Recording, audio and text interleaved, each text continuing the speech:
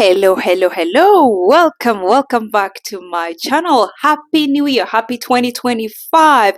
Before we get into how you crossed the new year, I just want to tell you the reason for this video. We're gonna discuss about simple Swedish lifestyle habit that if you practice or incorporate in your daily life will change your life for the better. This is what I have discovered, and I've practiced a lot of them, and they've done good for me, for my health, and my family. Now, how did you cross 2025? How is your family, your health, and everything? I hope it's good. Mine was amazing. 2024 was perfect. It was a productive year. 2025, waiting for even better. Let's dive into it. Before we get there though, are you bumping onto my channel for the first time? If yes, what are you waiting for? Don't hesitate, just click on the subscription button below, turn on the notification. Of course, comment what you'd like to hear or watch on this channel. I'll be available and try my best to deliver. If you're a returning subscriber, thank you so much. Be blessed.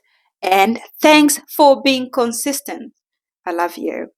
Let's get into the important part of this video, which is Swedish. I took only 13 Swedish lifestyle habits that if you practice, you as my viewer will actually change your life for the better.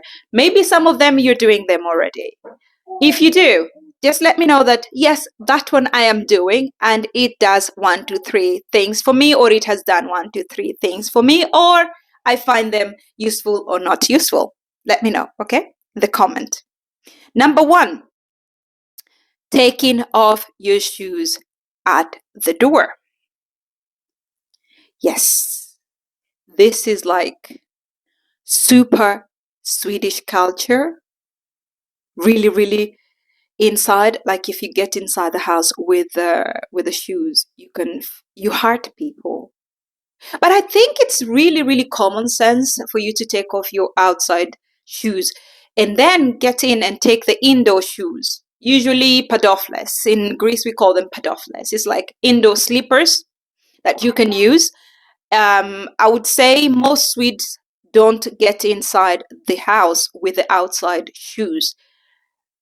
One is bacteria reasons. You don't want to carry bacteria around the house and walk around. You can imagine if you're more than one person walking around with the same level of mud on the shoes, it will be a nasty house. And especially now during winter time when the snow is out and it can get muddy, they usually spread or spray the road with the little tiny stones that can help you so it becomes a bit not slippery. Those stones, the tiny stones, they get stuck on the sole of the shoe. Getting inside the house with those stones is nasty. I don't want to think about it. So yes, outside shoes cannot be used inside.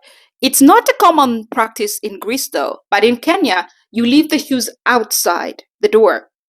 Yes, because of the mud and everything, Kenyans do leave shoes outside the door. Greeks, most of them, they just get inside the house with the shoes. I don't think it's a practice in Greece, though. Yes, Swedish people will really, really like if you leave your shoes outside when you come inside the house. And I find that very healthy. I do that a lot. The next thing that Swedish people do a lot is making use of the nature. You can imagine that nearly 70% of the country is covered in forest, making Sweden the most forested country in Europe in general.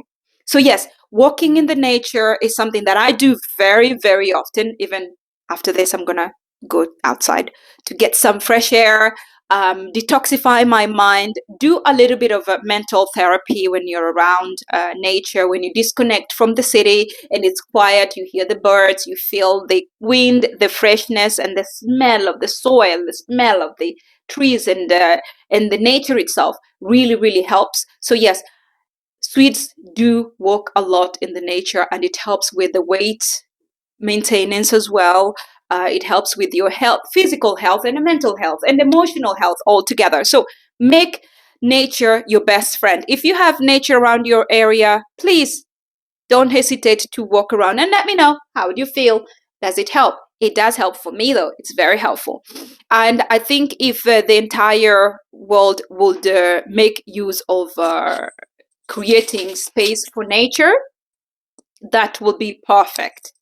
I think it will be a great thing to do. So yes, make nature your best friend. The next thing that Swedes do is Fika. And by the way, in advance, I apologize for my pronunciation. If anything is off, I'm practicing my Swedish and some Swedish letters, especially the extra alphabetical letters. It's really, really a piece of work if you never use them in your past language. So Fika. Fika simply means coffee time. It's a time spared for coffee with friends, with family, with the coworkers somewhere. You just enjoy the talk, slow time, and it's special. It's like the Swedes' most cherished culture or custom.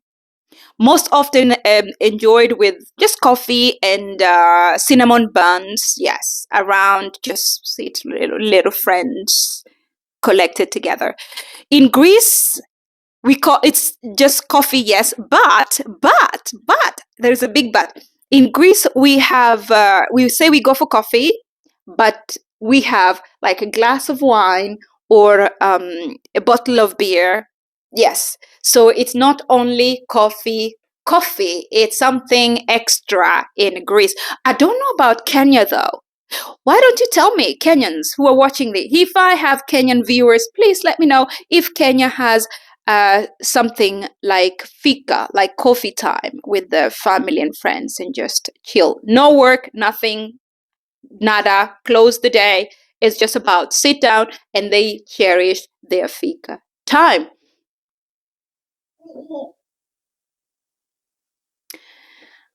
Talk about Lagom. If I say it correctly, let me know. Swedes, please, who are watching here, let me know if I say it correctly. Lagom. Lagom simply means balance. Balance life, balance work, balance family, balance relationship with friends, balance games, balance play, balance travel, balance everything has to be on a certain level. You know, proper level. Not too much, not too little, just right. And Swedish people live by this. It helps people mentally, emotionally, and physically. It helps you because you don't overwork. Mentally, you don't digest your mental, you don't overuse your mind a lot. You have time for everything. You enjoy time with family enough. You spend time at work, which is pretty much enough, needed, and you don't overwork yourself. So I think this is very, very good.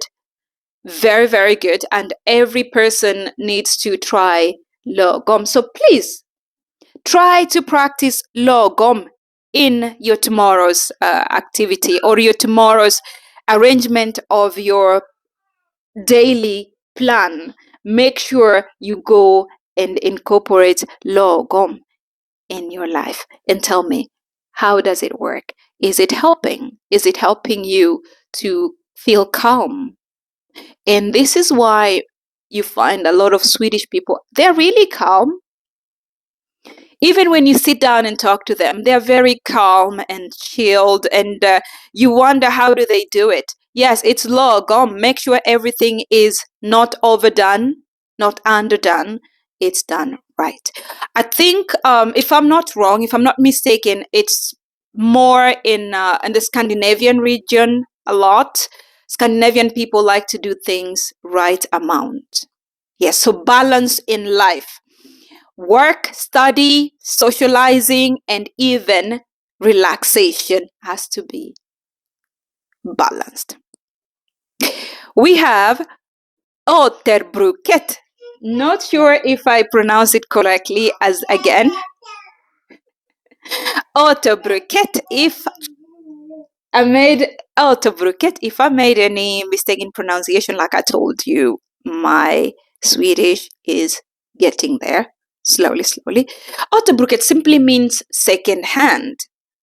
And in my neighborhood, we have an Återbruket shop. It's not to buy. We don't sell. So what we do is on Tuesdays, every Tuesday at 5 o'clock, you collect what you don't want or what you don't use in your house and take it to Återbruket store. Then on Sundays, you go back to Återbruket and check whatever you'd like to collect from there and take it for free. So in my neighborhood, it's not being sold, but Återbruket simply means secondhand, which other people do sell secondhand stuff. Why do I find this very, very good? Sustainability-wise, it's really, really good. Economic-wise, it's very, very nice because you're helping someone to save their money. You're also helping yourself to control the environmental pollution. So reusing stuff, it's really, really good.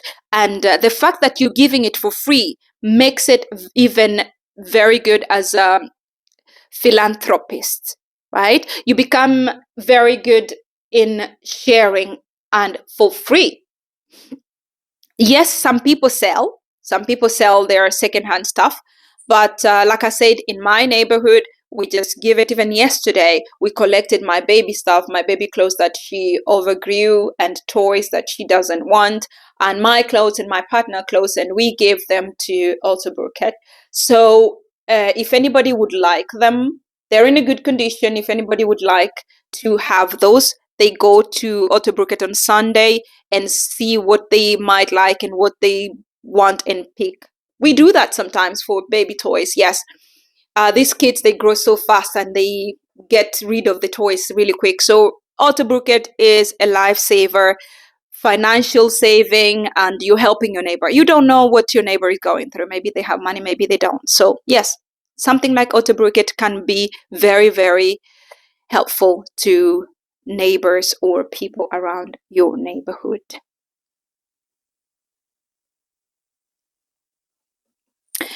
There is fredagsmys. Fredagsmys.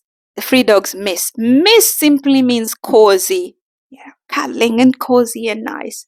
So fredagsmys, it's a cozy Friday in Swedish, and it's a very important day. It can be one Friday a month or every Friday, 2 Fridays a month. It depends on how many times you want to have a fredagsmys. Fredagsmys. When anytime you want to have fredagsmys, it's always on a Friday. What do? You just have a Friday coziness. And usually it's with a family, your little family. Like in my case, I really, really value and I enjoy fredagsmys because I spend time with my little family. We get to talk. It gets to help build the family foundation. It helps the family strength, and the family love is being shared equally. And you can understand the other person's stress during the week. You can sit down and enjoy some kebab pizza. Actually, the first time I heard about kebab pizza was in Sweden. The first time I saw pizza with their French fries was here. And they eat tacos. Yes, let nobody tell you that Swedish don't eat tacos. They eat tacos very well, and that is on a fredagsmys. Very cozy, chilled. You can play games, which Swedish people like a lot of CAD. They play a lot of CAD. So yes, playing CAD, watching a movie with your family on a Friday. No work, no friends, nothing. Is just you and your family. It's something that is good to build up the family. I don't know about Greece because mostly in Greece on Friday is a party day. It's outside. So most couple, they go out and they leave the babies with the yaya. And that is pretty much how they spend their Friday. In Kenya, please let me know.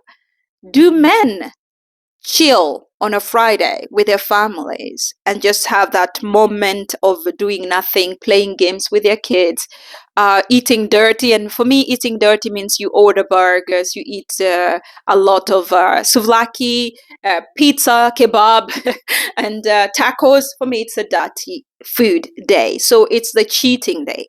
Do Kenyans do that? The time that I was in Kenya, it's a no.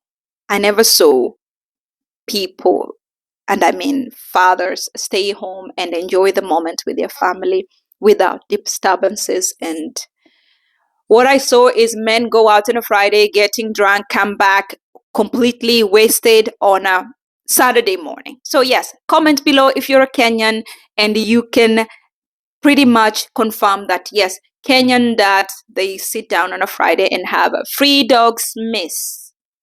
I would love to know. So cozy homes. Swedish love cozy homes. Let me tell you something. In a winter time, it's really, really cold and dark and depressing. And home is the only place you feel welcomed. You feel your energy. You feel loved. You feel you want to stay home. So most Swedish people make their home as cozy as they can. And they love candles. It's usually a lot of candles, chilled, nice, and good lighting and good decoration. Not so much, like I say, Lagom, not so much decoration, not less, just right. And it makes the home you wanting to stay in, because home is where you want to be. It's not like Greece and in Kenya, where even though it's winter, Kenya, there's no winter, but in Greece, even though it's a winter time, you can still go out and have fun and enjoy and stay out until late. No, in Sweden, you rather stay home. You rather stay inside your house with your family. So having a cozy home is something that Swedish people practice a lot. And I think it's very common in the Scandinavian countries in general. Try to make your home cozy and see if you will ever want to go out. For no reason, I mean. Yes.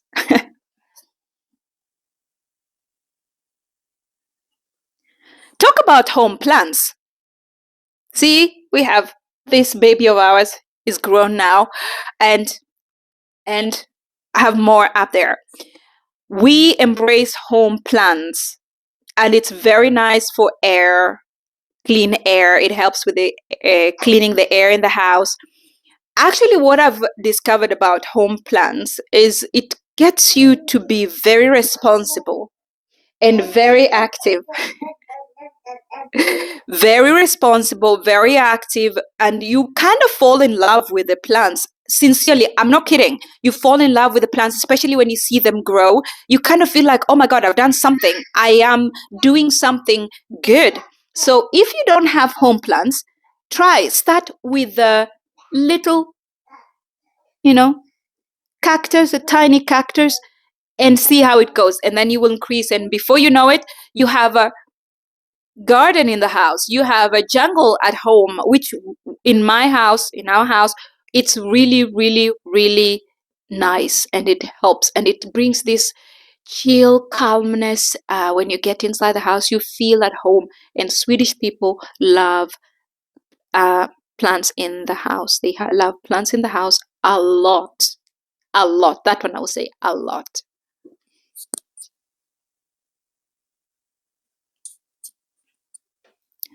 Early dinner. Now, I want to say this, I want to drop it here. If you want me to talk about how I've lost my weight since I had my baby, comment below. And one of them is having early dinner. A lot of Swedes have early dinner. And for me, this helps in digestion, especially when you're growing older, like I do, not young anymore. Yes, I don't have a big, high level of metabolism, so I have to eat early, get the food digested early, and sleep comfortably. So yes, Swede eats dinner very early. I think in Kenya, they have dinner at around 8, 7:38. And in Greece, last time I checked, you have dinner anytime. Mostly, the later it is, the better. So you can have dinner 10, 10:30, 11, 12, it doesn't matter. And I think it's good for when you reach a certain age, when you pass 30, you should learn to eat your dinner as early as possible. In my case, this makes me feel very hungry when I wake up in the morning, and I don't have the guilt of, oh my God, I ate late last night and I ate a lot of food last night. So I eat breakfast comfortably with no guilt. And also, as a person who is working on their weight, learn to eat your dinner as early as you can. It will do you very good. Let me know. Let me know. Still, now we still have some things that are really, really good to put into your daily life to incorporate, but I want you to tell me something.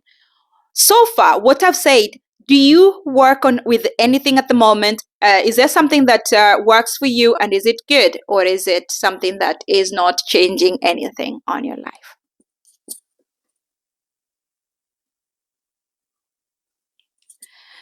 Talk about cleaning, then talk about Swedish death cleaning. Yeah, I'm gonna try to pronounce this word. Du städning. I told you my OÖ is not nice, but du städning. Du means death, städning means cleaning. So du städning, and that means death cleaning, pretty much. This concept was introduced to Sweden or by to Swedish by a writer called Margarita Magnusson. So Margarita wrote the book about death cleaning in Sweden. Yeah, Margarita Magnusson. And the book is called The Gentle Art of Death Cleaning. And it's being practiced in Swedish culture, in Swedish homes. Now, the reason for this, though, it was because people were dying and they leave a lot untaken care of to the family. So what they do, they declutter, they make the home all, throw away what they don't need, so that when they die, their family left behind don't have a problem at the end of the day. But the ideology here is to declutter your home generally, so you can do it even when death is not involved, where you throw everything. And then we talk about Lagom and we talk about cozy homes in Sweden, whereby people don't do too much. If you have a lot of things that you don't use, you do death cleaning and declutter your home. Remember, the concept was for the nearly going away people.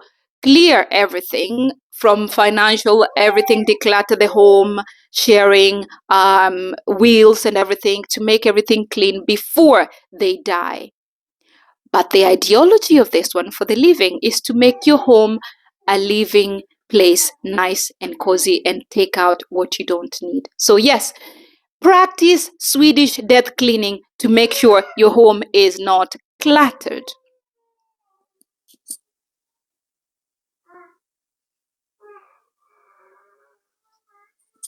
Public transportation. What's the best way to control environmental pollution? What's the best way to reduce mental and emotional disturbances? Using public transportation is one key that I would say is the best way to not only help you, but to help the environment in general. In Sweden, public transportation is really, really good. And I can say, yes, there are several bus lines and commuter trains, trams, ferries that covers the cities, mainly cities like Stockholm, Gothenburg, Malmö. They have a really good public transportation. I'm in Sweden and I'm in Gothenburg, and I know that the commuting is very easy. So if I don't want to go somewhere and get frustrated with packing and pay for parking, then yes, public transportation is really good. And if many countries would look into helping their citizens with public transportation, that will be something perfect. Swedes like to take public transportation. Swedes like to use something that will help reduce environmental pollution. And yes, public transportation helps with that.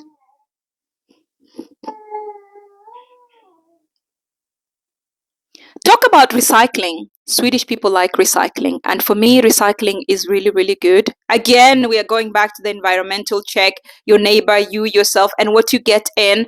And air pollution, recycling is one thing that Swedish people are obsessed with. And I will tell you that. I came to Sweden and I learned to obey and respect recycling and garbage. Respect garbage. You sort them as they should.